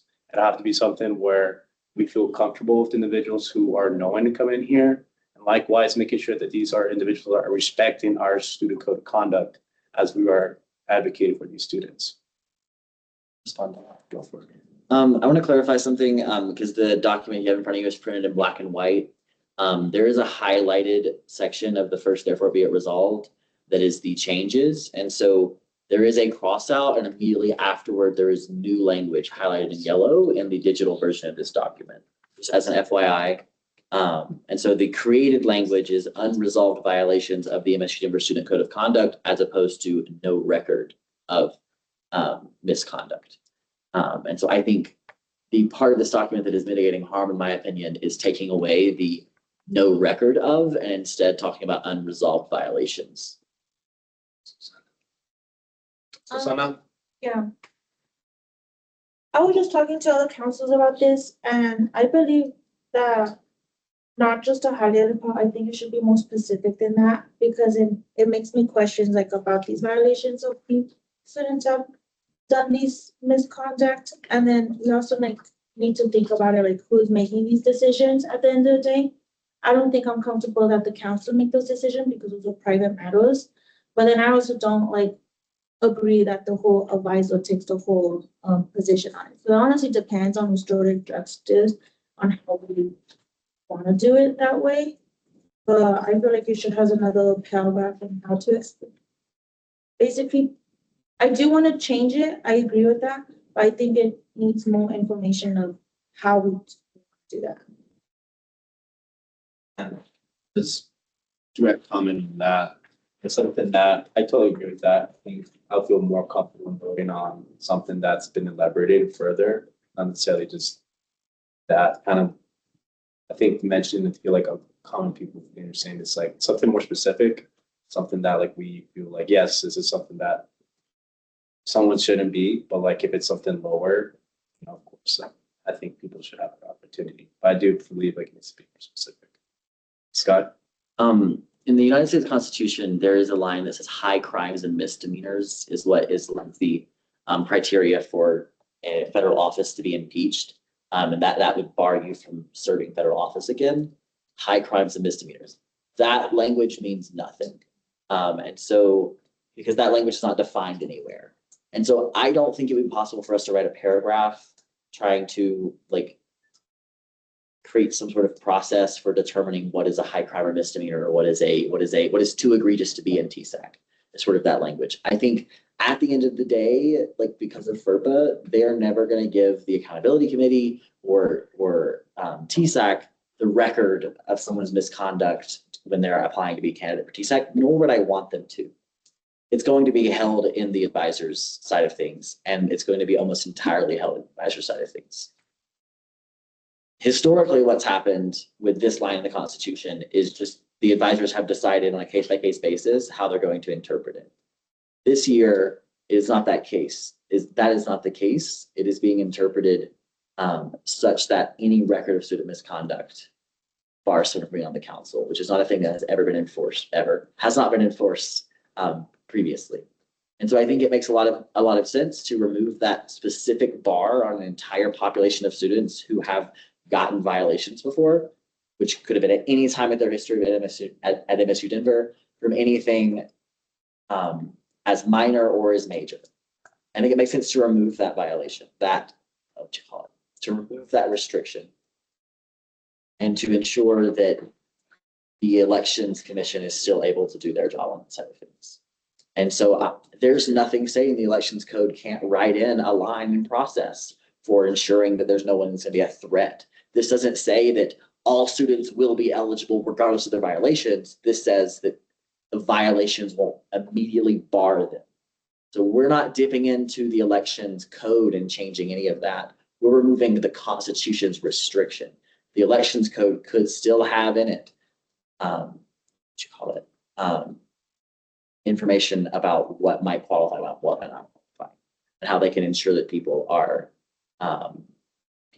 how they can ensure that students are not going to be a harm to their co-counselors and the student body as a whole.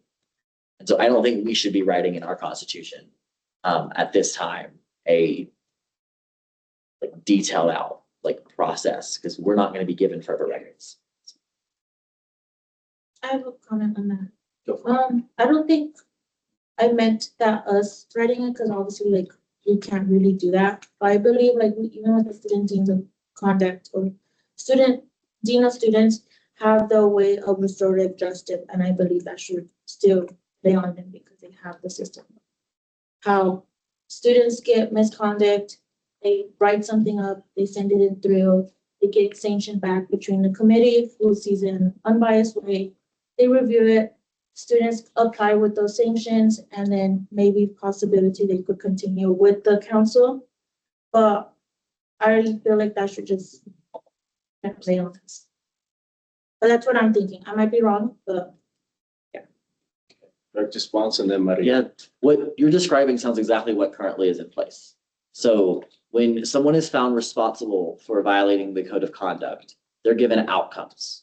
Among those outcomes is often write an essay on why this behavior was harmful and what you can do better in the future, or it's have a meeting with this person about this. And so the resolving of your violation is the fulfilling of that request of the writing the essay, having the meeting, engaging in that. I don't think that we should be requiring that people go through the Restorative Justice Coalition for every allegation they have, because people have the right to fight it in the actual code of conduct process. And so, or they may not be eligible for restorative justice, for the restorative justice pathway through Restorative Justice Coalition. And so just because someone didn't choose the Restorative Justice Coalition as their path for their code of conduct, and they chose to actually use the conduct processes, doesn't mean that when their violation was issued that they did not resolve that. And that's what I'm saying, is they should have resolved their violations, not that they would have to go through RJC. I think that resolution is important to me, because someone could choose not to resolve it. They could say, I've been found responsible, I'm not writing that. And they could not resolve it. And I think that is a bar that we are setting, or we could be setting in this amendment, but still doesn't prohibit elections from doing their things. Matthew, direct response. Actually, I wanted to hear from Maisie. She's had her hand up for a while now and gotten skipped a couple times. Thank you. I don't have it. So I just want to say, because my name is on this. I do think that it's important that this is passed, even if there does need to be an amendment made, because with this current language, I think Sky just elaborated on this, but that unresolved part can be elaborated on to where we could create a process that technically makes it so, okay, let's say there's a report that comes back from student conduct, these people are ineligible. It would be unresolved until like further being seen by like an elections committee that's maybe made up of more than just what's going on right now. And maybe we can have like a hearing or something. But I do think that putting this language makes it easier to implement those things and start working on a project like that. And given that we are the Student Advocacy Council, I think that includes all students. I don't think we get to decide who gets excluded. I think that's something that, yes, if it's like, if it's, what's the word? If it's damaging, okay, yes, but that is something that should be decided later. We technically, I just think that some of the feedback on this has been a little odd for me, because I do feel like as students, we understand that oftentimes admin and what student wants don't align, and we're relying, by keeping this like language, we're essentially allowing for admin to make that decision for us, the Student Advocacy Council. So I would just say, let's keep in mind that we are supposed to be the ones essentially being the defense on behalf of the students, not on behalf of admin or what they would like to see. Maria? So Macy basically summed up one point I was gonna make. This would definitely open doors to a lot of students if they were interested, and possibly even be a motivator for them. Also, on another note, I do want to point out that I didn't know about this, that the consequences that you have of the student code of conduct would prevent you from being on the student government, and that was something that I had expressed to Sky. So this is just on another note in relation to the student code of conduct, that I think that should be somewhere in the student code of conduct as well. A completely different point, but definitely something important for students to know. Thank you, Maria. Guys, Steven? Yeah, for me, I think, there's definitely a pool of students that may want to be interested, but there's also a small pool of students that are interested. And for those individuals, there is that level of expectation, there's that level of responsibility. And there needs to be something that we need to be more elaborate on. I don't think with unresolved violations, like if there's already resolved violations, like you mentioned earlier, Sky, not if you violate one of these student code of conducts, you're not out of the university right away. But there are consequences with certain actions. And I think we should collaboratively work with our resources who have their experience and have their, that's their careers looking around those kinds of things. And those are something that we could elaborate on and make sure that we correct this and make it something fair, make it something that is just for individuals who enter this space, individuals who lead in this space, individuals who advocate in this space. And I don't think we should rush it. Steven? This is more of something for you all to consider as you're talking and debating. It's your document, your decision on how you want to move forward with this. I will say that one, from the Elections Commission first, we look at the Constitution and we'll model things off of what the Constitution is. So we are never going to do anything that goes against what the Constitution says. So if you think about how it ranks, the Constitution will go first, and then the Elections Code should complement what the Constitution has written. The other thing I just want to say, as you all consider things, are that I think timing is important. So you are in the middle of an election cycle right now. And this could be perceived in a light of how you're doing this and when you're doing this, not in a very good frame. And essentially saying that, oh, well, we don't like what came about of this, so we're going to change our constitution so it can be. Now, I understand that there's language in an amended version of this that says this takes place starting next year. I think that's cool. So then I guess in that case, then, all right, timing then, what does that involve? So that's all I wanted to say as you all try to consider what we want to do. I saw Faye, Rowan, Matt, Scott. I think that I've heard a couple people say today is like this idea of respect and of accountability for, or not accountability, but respect and responsibility. That's what I wanted. That counselors hold. And I think that there is a difference between being an active counselor and being in the running to try and be one. And I think if there is a desire for that to be a standard we hold ourselves to, I think that it could make sense to have some kind of other governing document that says to not, active counselors should not be receiving student code of conduct violations. But I think that that is a stark difference versus barring someone from running because of a code of conduct. So I think that that is an option to address that concern of like, oh, well, we are counselors, we're held to a specific kind of standard because of the role that we were elected into, versus, hey, I would like to try and run to be in this position. I think there's a significant difference there.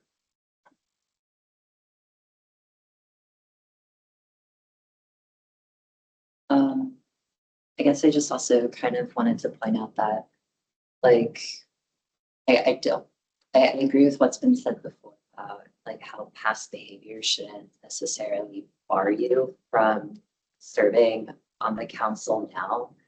I also want to point out that the code of conduct process of finding a responsible doesn't necessarily mean that you actually did something harmful. It just means that the office has said that you are responsible for it. And so it's like how, like in the so-called justice system outside of here, being found guilty of something doesn't always necessarily mean that that's what should have happened.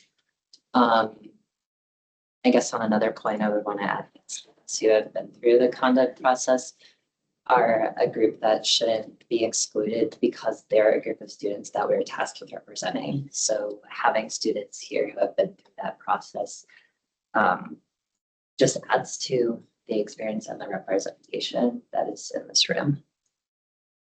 Matthew? I wanted to mention something Steven said. Nothing in either language of this amendment directly states that it does not apply to this year.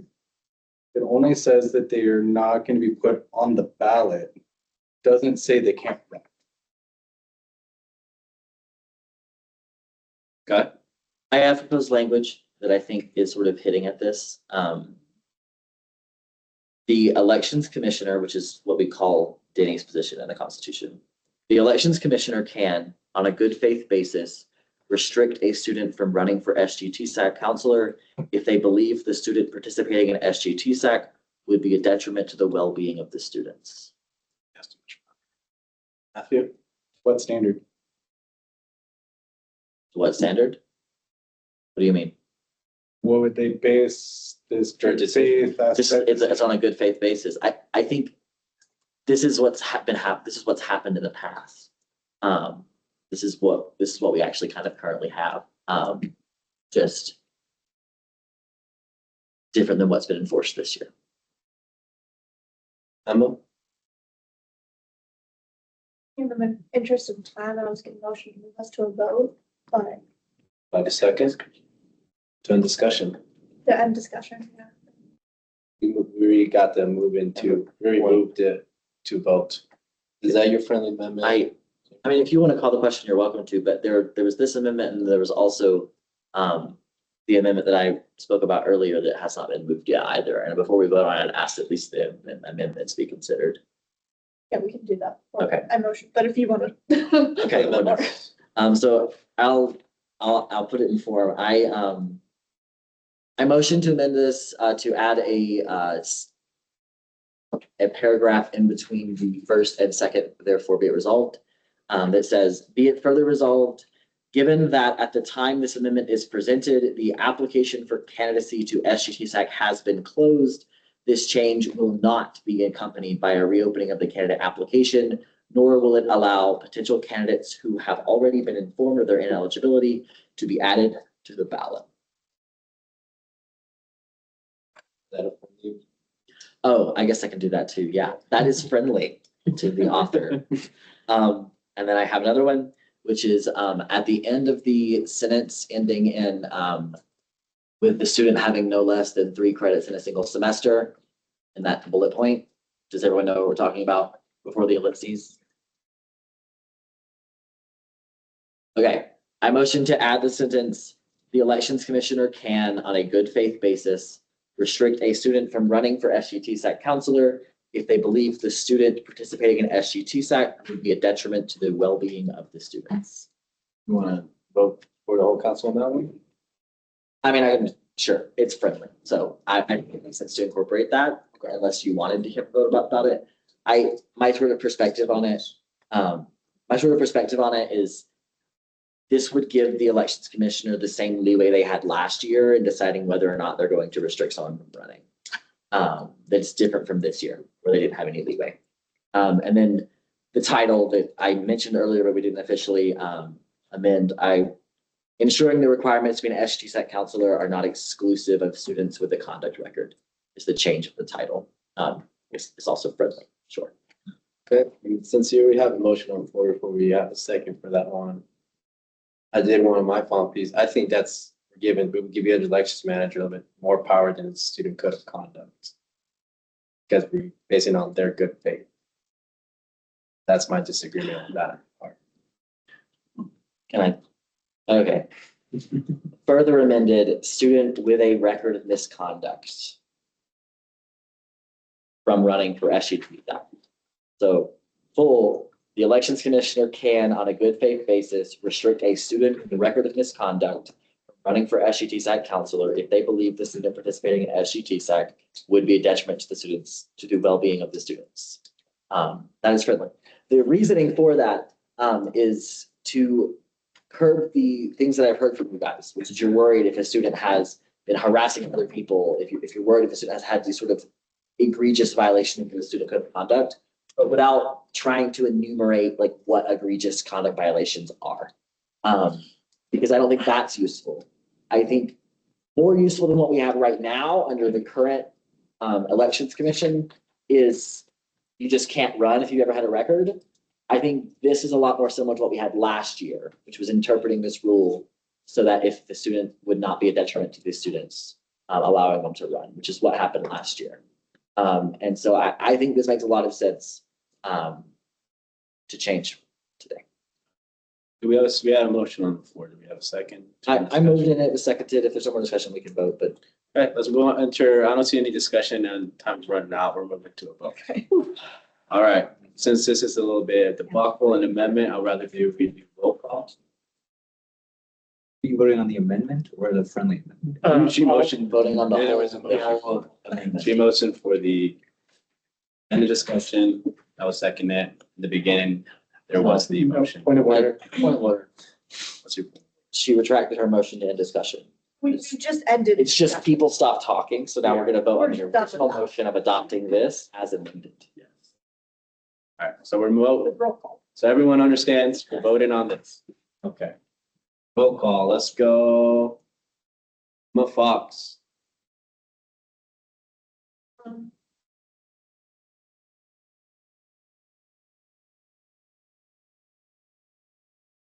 Susana Villa Gomez. No. Matthew Rathman. No. Rowan. Yes. William. Coates.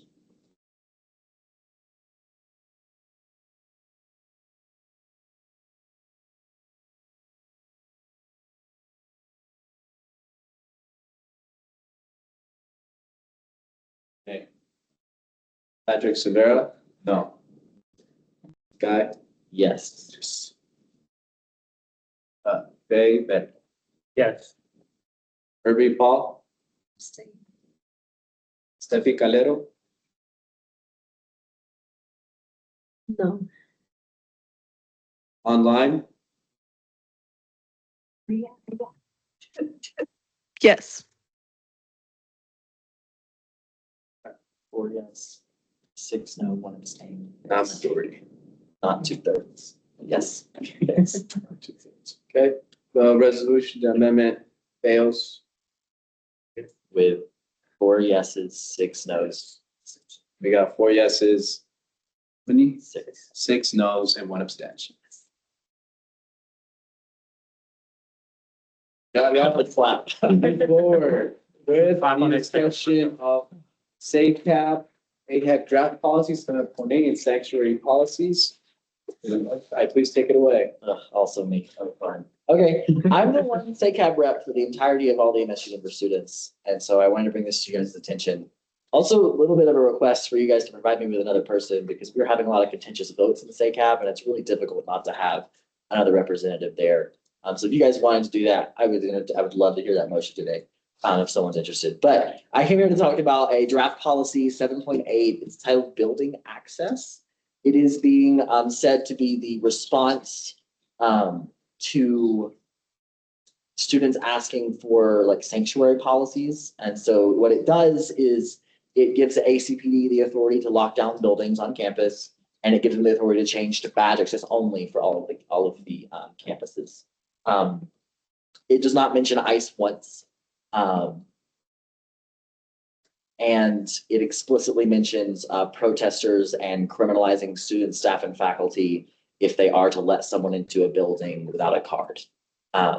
Which I think kind of criminalizes holding the door for other people, which is an interesting thing. But I think that the entirety of 7.8 is just garbage. And it needs to be completely scrapped and rewritten as a change to 7.7, which is the immigration enforcement policy.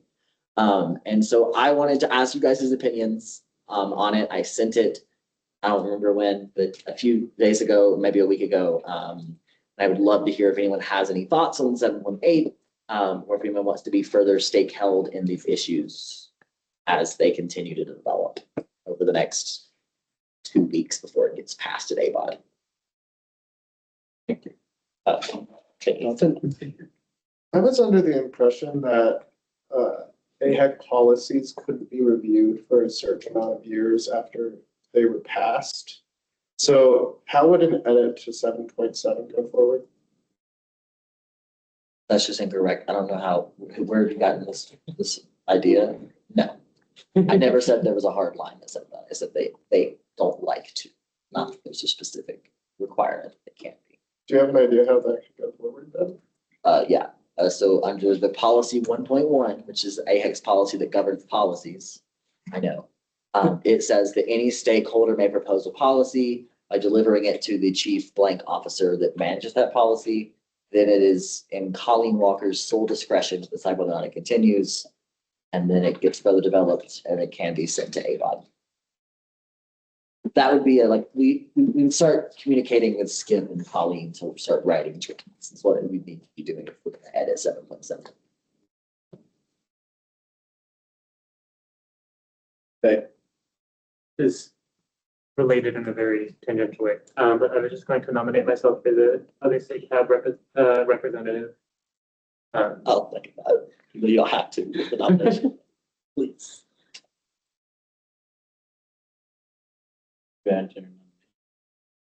Cool. If anyone else wants to. Yeah. That's what it's separate from this. That's what you said. Hey, Josh is on SACAB and other stuff, so this is totally SACAB.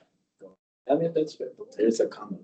I wrote that couple. Do we have any other nominations then?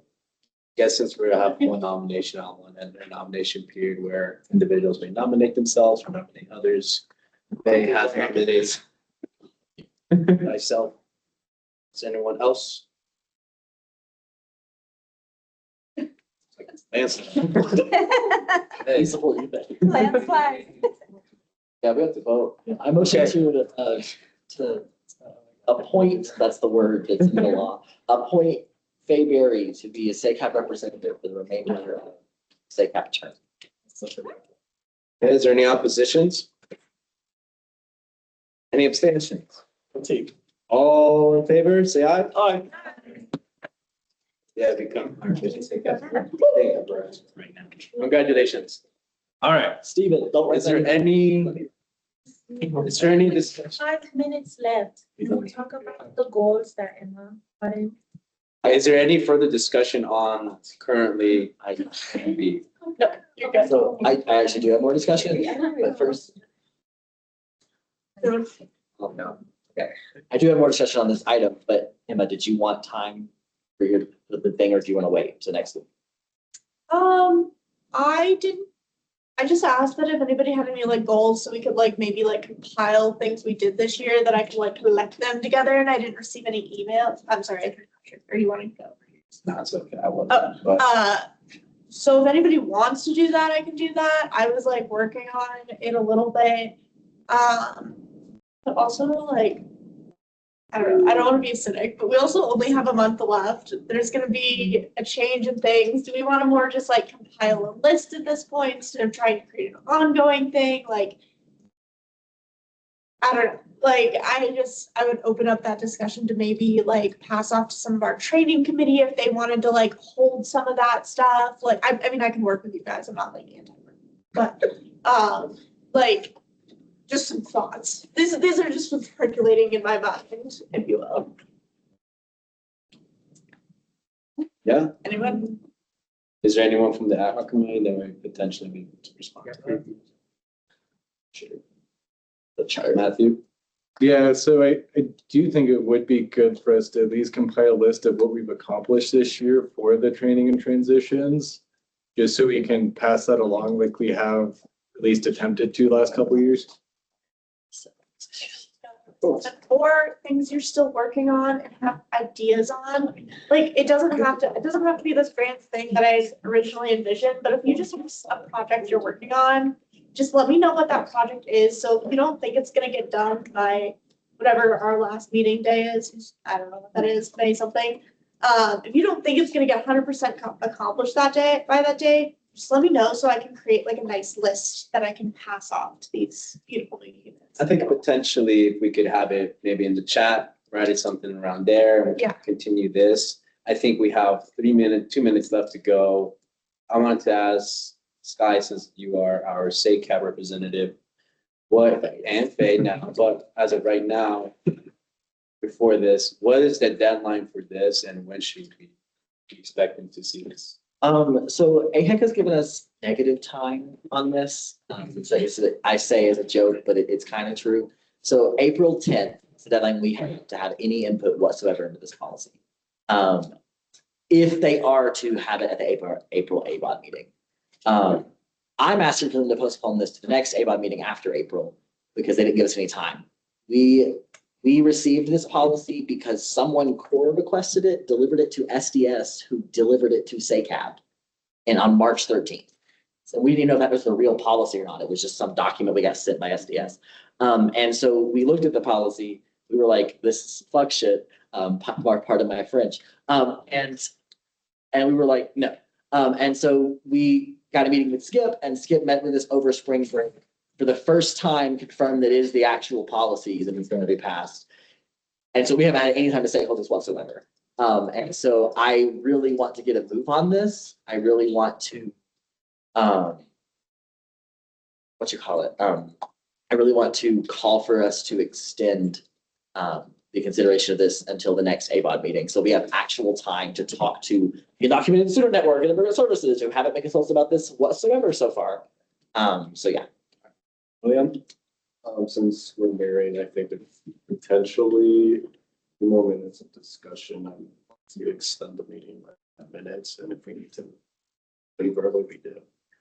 Do I hear a motion? Second. I got 2 seconds, okay. Is there any opposition? I'll say. One or two? Please put them up, I can't do this. 1, 2, 3, 4. Okay, so. Okay, any abstentions? No, okay.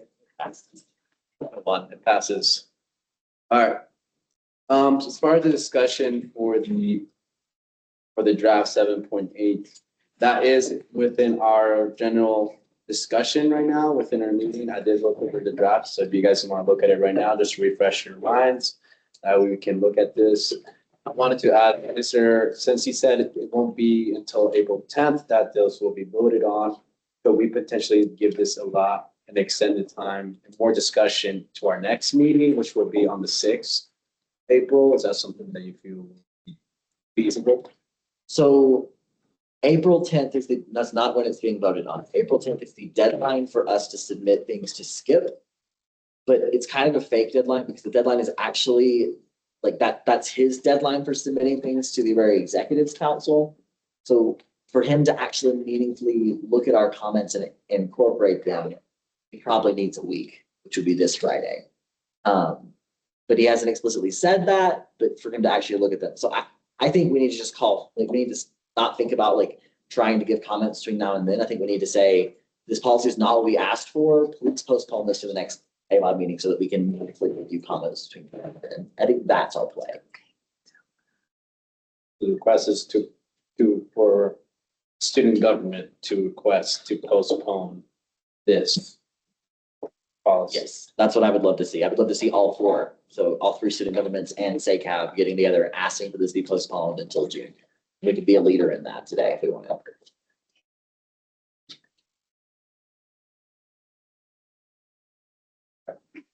Is there anyone, Matthew, no, you have. Yeah, I would be fine with advocating postponement. Anyone that feels the same sentiment, maybe just say yeah. Scott? Shit, I guess we can take official positions. I move that SUTSAC take the position that the current draft of policy 7.8 is not what we're asking for, and we ask to postpone until the next ABOD meeting so that we can meaningfully stakehold this. Second. Dalton? I think you should clarify which ABOD meeting, because the next one is technically the next one. Okay, I'll change my language. I motion that SUTSAC take the position that the current draft of policy 7.8 does not represent the ask that we've made, and ask for the consideration, the formal consideration of this policy to be postponed until the ABOD meeting following the April ABOD meeting so that we can meaningfully stakehold this. I like the meeting. Yes, okay. Is there any opposition? Councilors? Any abstentions? All in favor, say aye. Aye. So that is our position. Okay. Oh, second. I heard second. Oh, any oppositions? Any abstentions? All in favor, say aye. Adjourned. He's gonna minute. We're not gonna fund the arts. No. Who needs to? Whoever would. We're still recording. Janine shall not fund the arts because fuck them. She'll come to the show. She'll come. Yeah, great they are. Here's my mom, but